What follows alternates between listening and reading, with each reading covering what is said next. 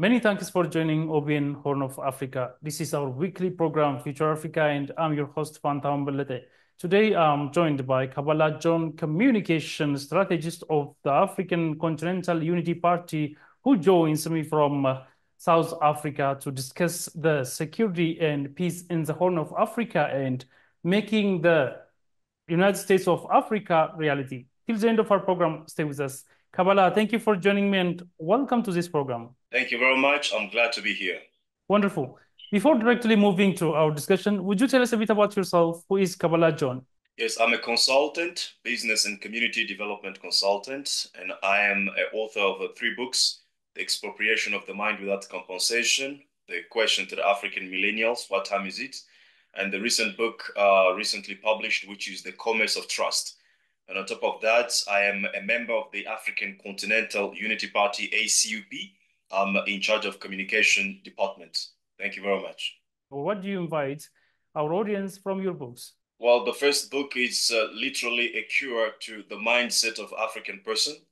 We believe that Africa has to be rebuilt, but before we get into building infrastructures, buildings and bridges that are part of the African reconstruction, we need to build first the African man who has gone through a lot of series of destruction, starting from slavery, colonialism, and today neo-colonialism. So the mindset, the current mindset of African person is not fit for the challenge that Africa requires. So the effort is to begin by rebuilding the African person first. And when the African person is mentally fit, then he will be able to, by himself, decide what has to be done for Africa to become what it ought to be. And the second book is What Time Is It? The Question to the African Millennials. It was intended to create an awareness of the time at which we are living today and the responsibility that we have as African people. As Frantz Fanon said it, that every generation must discover its mission and fulfill it or betray it. So we are at the crossroad at this time, and the African people have a responsibility at this generation to lay the foundation for what Africa has to become tomorrow. So that was just to create an awareness of the time at which we are, the challenges and the situation in the world, and what we are supposed to do as part of our responsibility as today's generation. And the latest book is dealing with the trust issue, because one of the difficulties that we have in our communities as African people is trust. Trust within ourselves is lacking, and trust between ourselves as African people is also lacking. And the unity that we are talking about can only be effective if we are able to trust each other as African people and begin to build strong communities and build institutions of power that we can rely on instead of relying on foreign institutions and on other people's communities. So basically, that's a brief of the three books that I've written so far. Can we talk about your party, that is African Continental Unity Party? What are the objectives of this party and how are you reflecting the ideas that you have expressed in your books in this party? Exactly. Now, the main vision that the ACUP or the African Continental Unity Party has is to rebuild Africa as a global power base. And we are talking about rebuilding Africa because it was once a global power base, but it has lost that status due to slavery, colonialism, and today neo-colonialism or imperialism.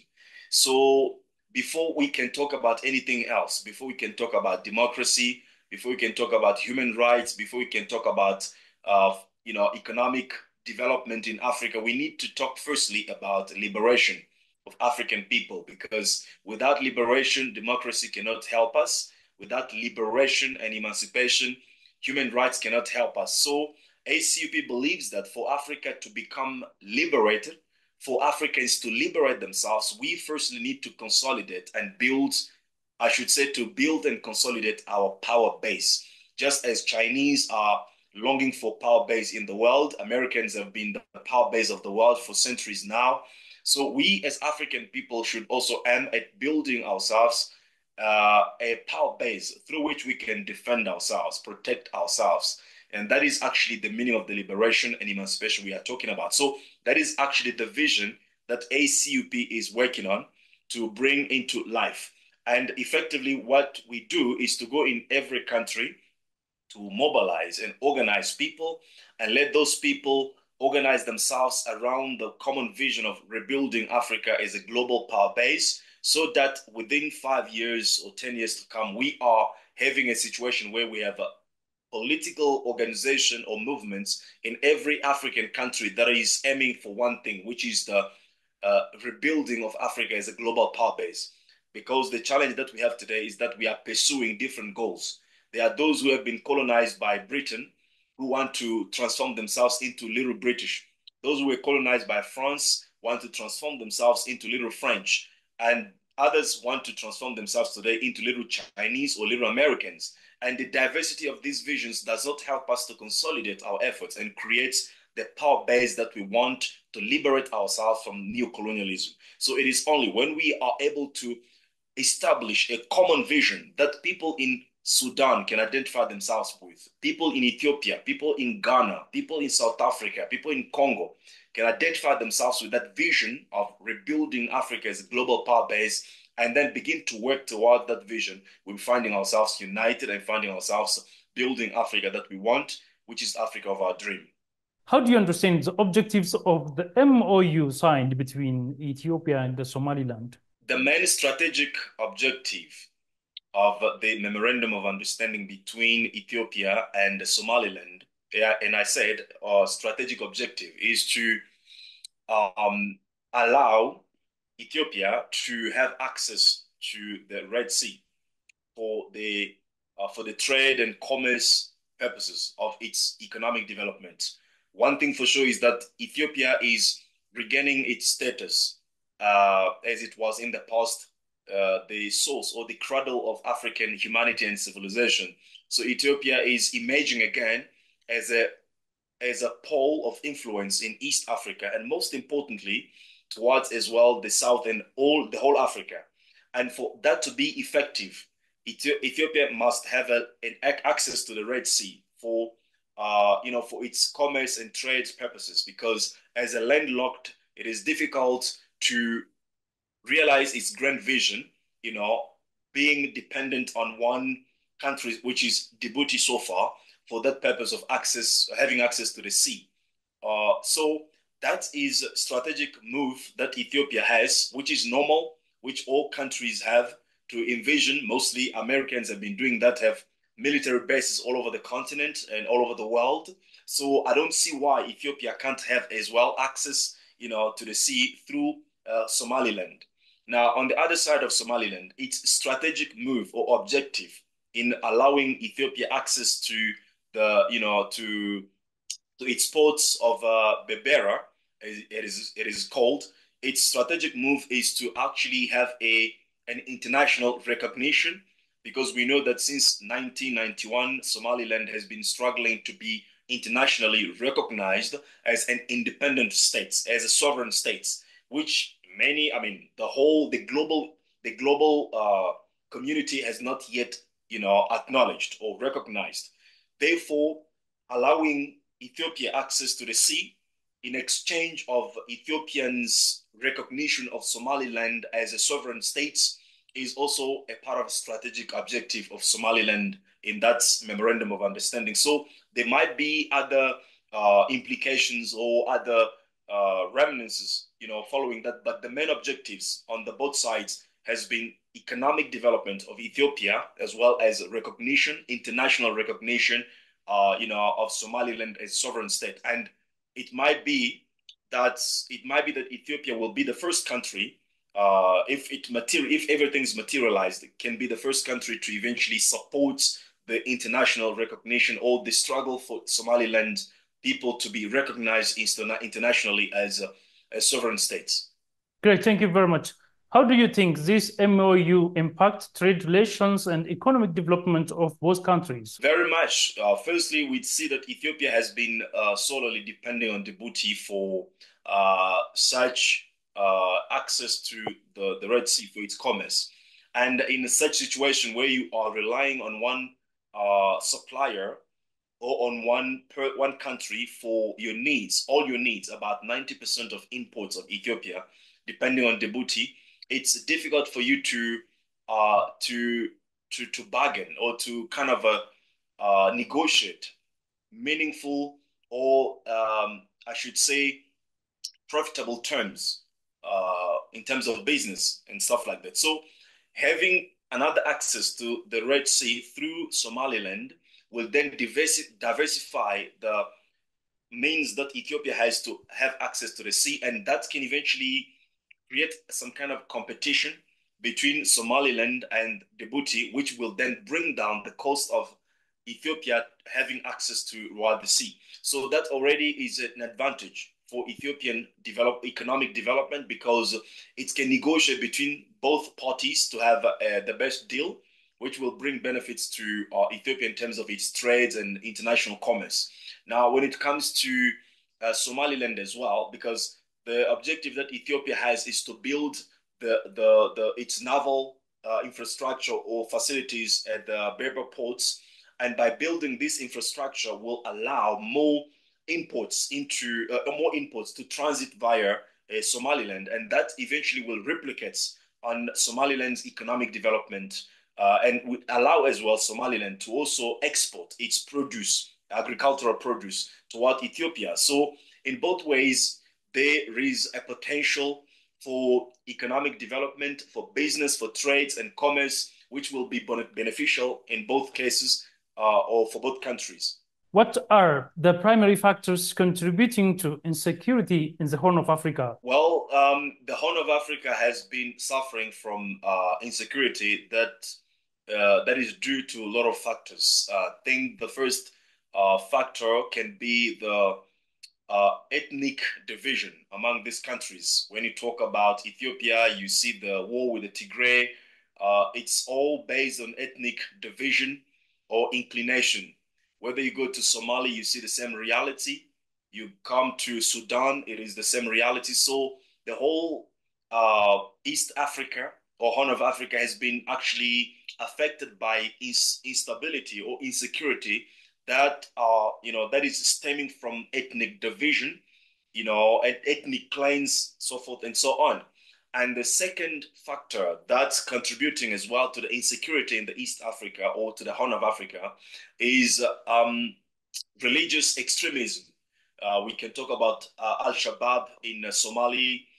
We can also talk about other religion sectors, even in Ethiopia as well as in in Somalia, in Kenya. We see all these things creating or affect or contributing to the factors that are creating insecurity. Because when you have religious fundamentalism or extremism, it leads to intolerance of other people's religious options or choices, and that intolerance eventually breaks into wars.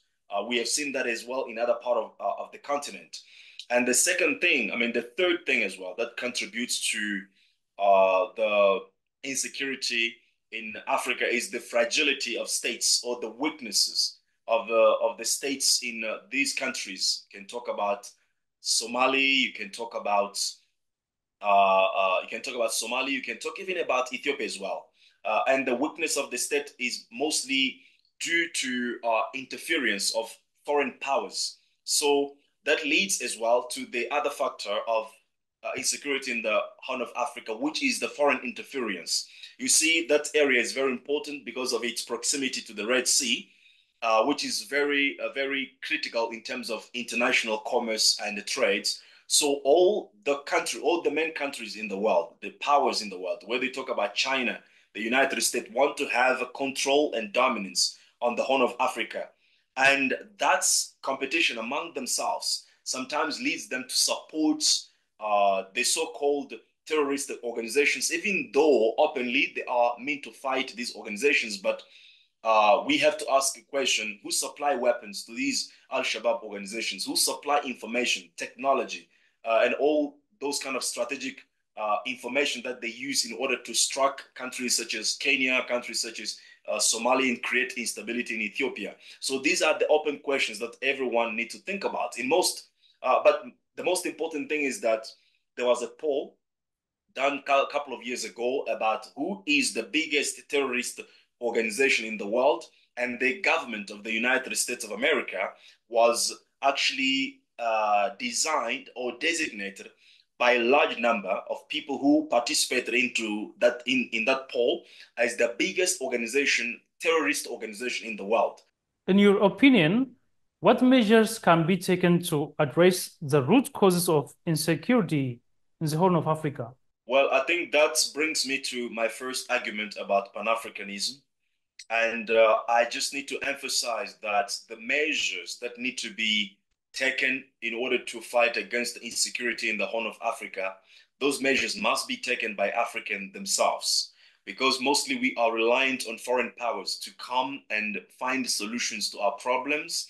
But in most cases, they have been pretending to find those solutions. And in the process, they create more problems for us than solutions. So I think it is a high time now that Africans must understand that we are at war and sit down among themselves and decide to find a way to silence guns, to create conditions of security so that African people, the common people, the masses, can eventually find peace to live where they belong, where their ancestors were buried, and educate their children, cultivate their lands, and feed themselves and prosper.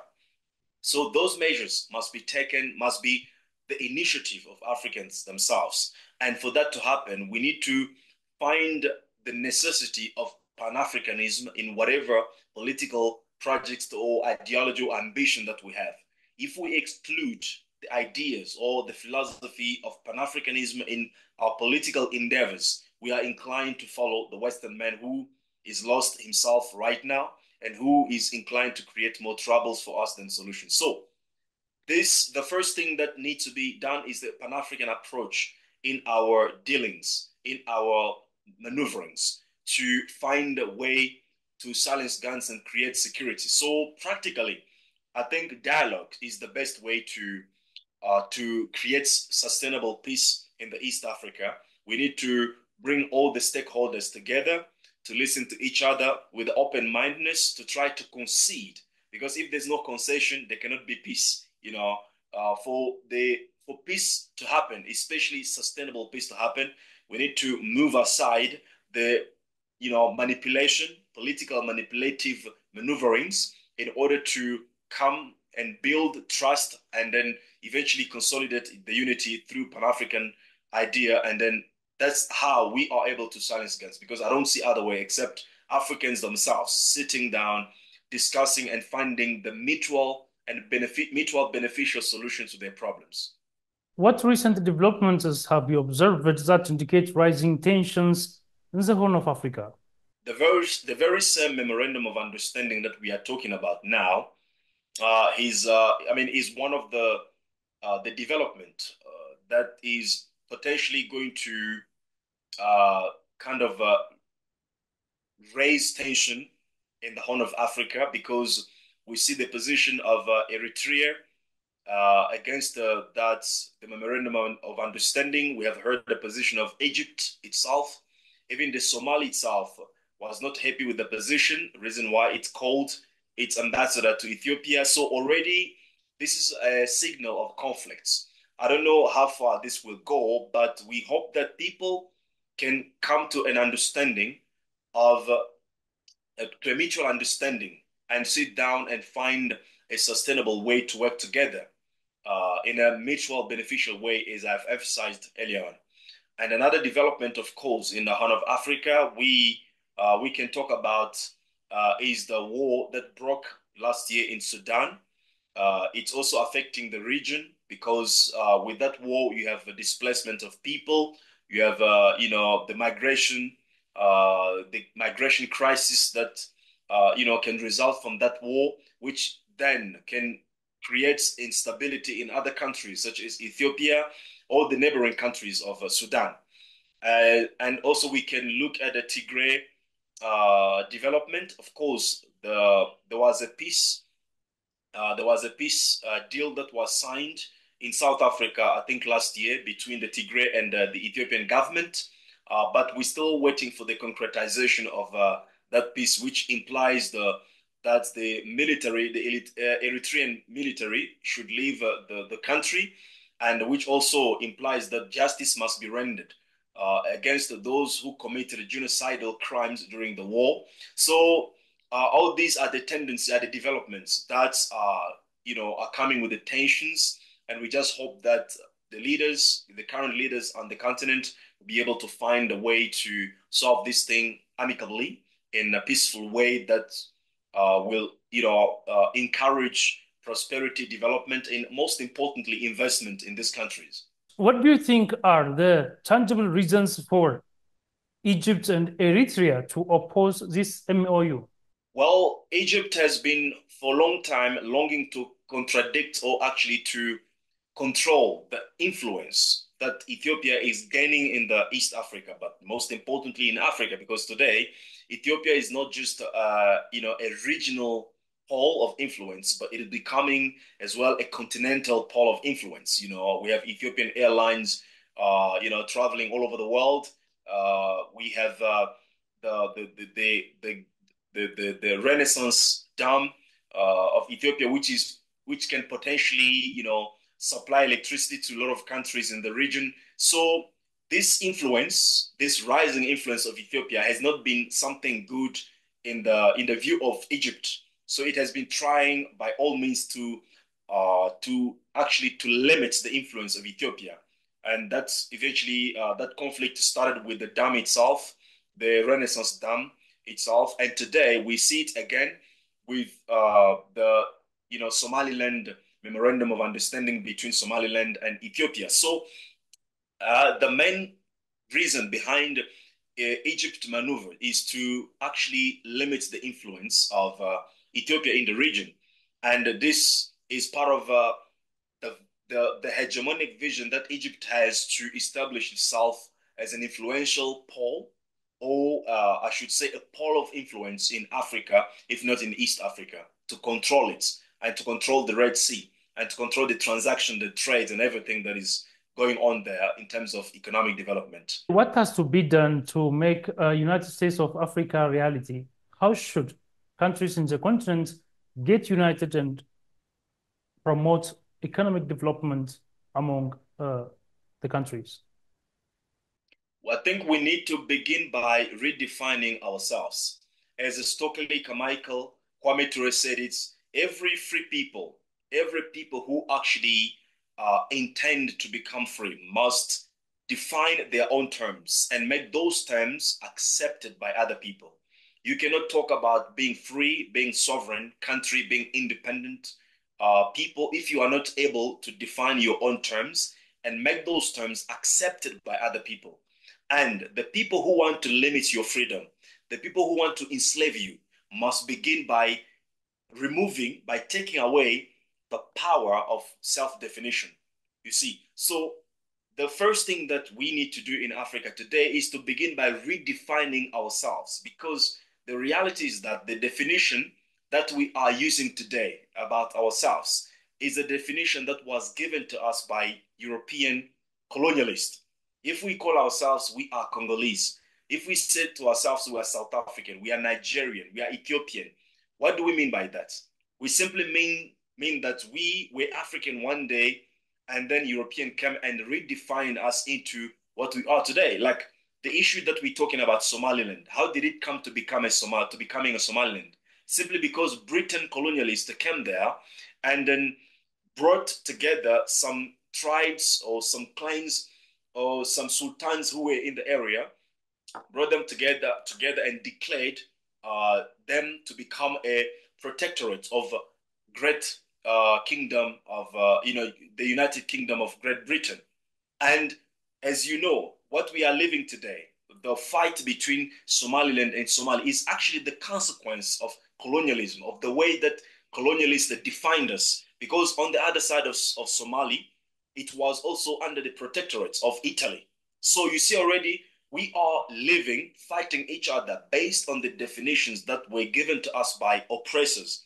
So I think the best solution for Africa today must begin with redefining ourselves and making our own definition accepted by Europe, by Asia, by all the continent.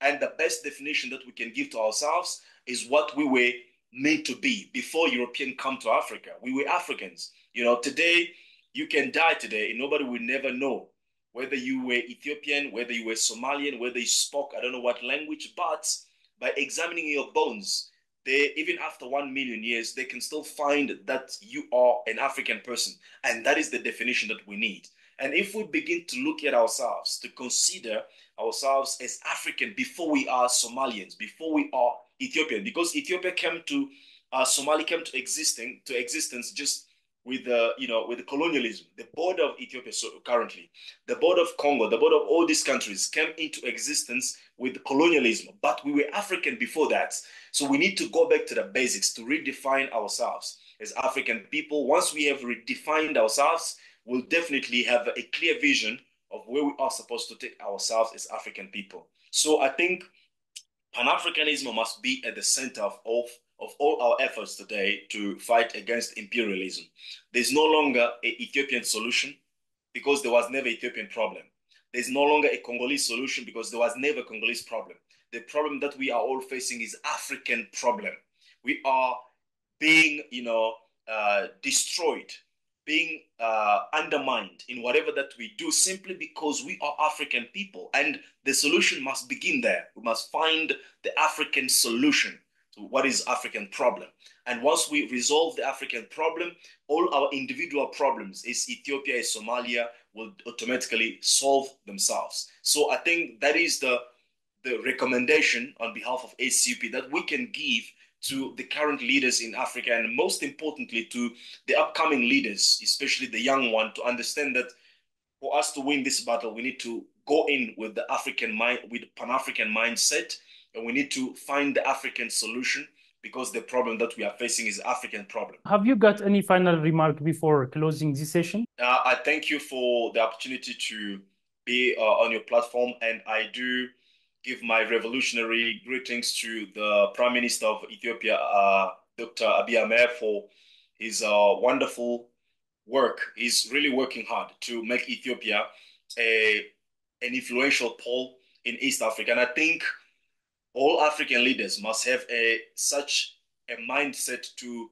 make Africa great, not to steal money and go and invest it in Europe or in Asia, but to do what it takes to rebuild Africa. And Ethiopia does not have gold, does not have platinum, does not have oil, does not have copper, but is doing so wonderful through the realizations that we have seen since the Prime Minister came into power. So what is difficult for Ghana, for Congo, for all these countries with plenty of mineral resources to imitate the good example and do the same thing to uplift Africa? That's an open question that I leave to your audience. Thank you very much. Kabala John, communication strategist of the African Continental Unity Party. Thank you for your precious time and wonderful analysis. The pleasure is mine. Thank you very much. You're welcome. Dear viewers, that's all from us for now. Thank you for watching and stay connected with other programs of OBN Horn of Africa.